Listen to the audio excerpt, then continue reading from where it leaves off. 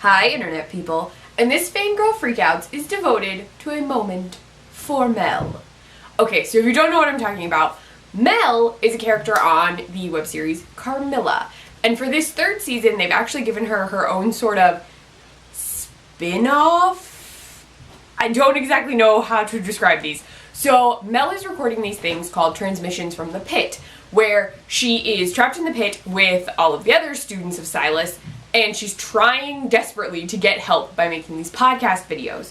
Well, podcasts, not podcast videos. Anyway, so when you watch the videos, there's like one or two images, and you listen to what's happening in the pit. So it's sort of like bonus content for Carmilla Season 3, and it shows you what's happening outside of the library. So they actually appear briefly inside the show itself.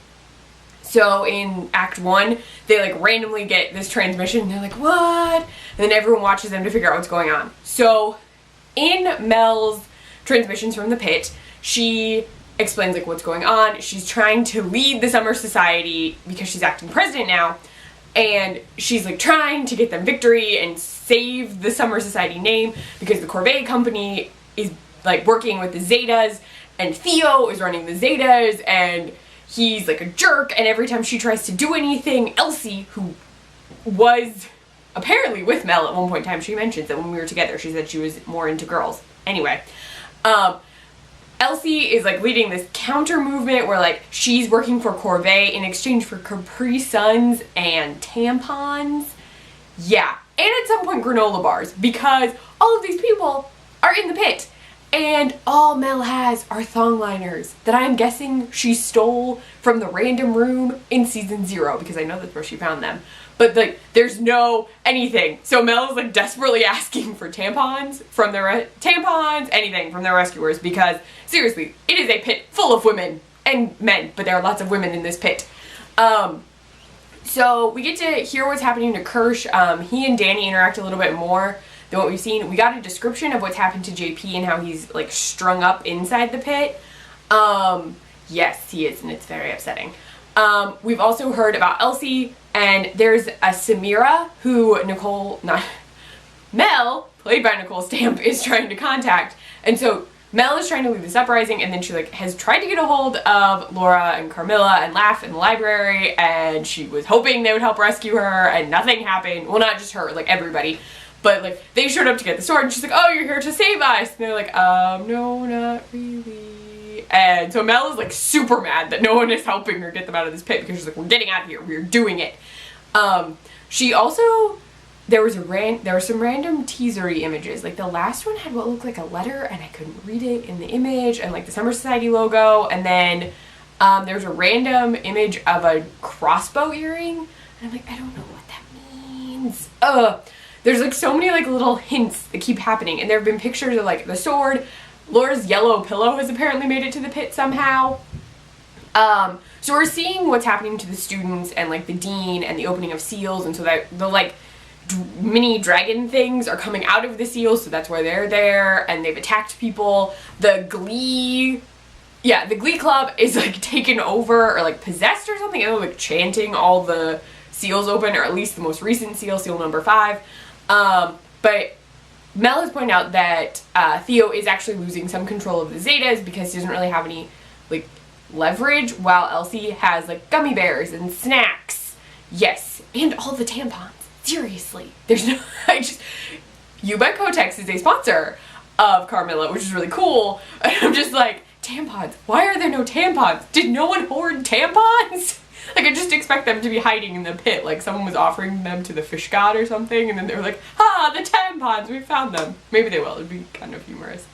But yeah, so it's like the inside view of what's happening in the pit. There have also been some really cool, like, random references to comic books.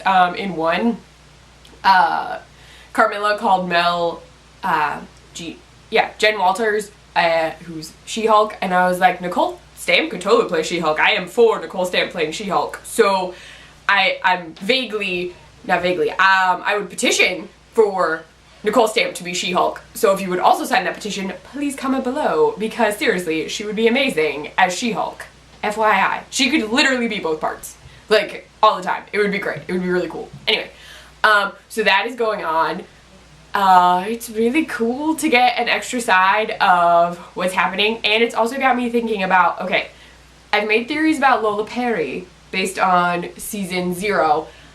In season 0, the fairy that gets summoned, if you haven't seen season 0, please go watch season 0 so you know what I'm talking about. Mel is like talking to the fairy that Perry summoned, and the fairy like bestows upon her, or like awakens in her like Summer Society strength, because she's an heir to the Summer Society. Her grandmother and her mother were presidents, and now she's standing president.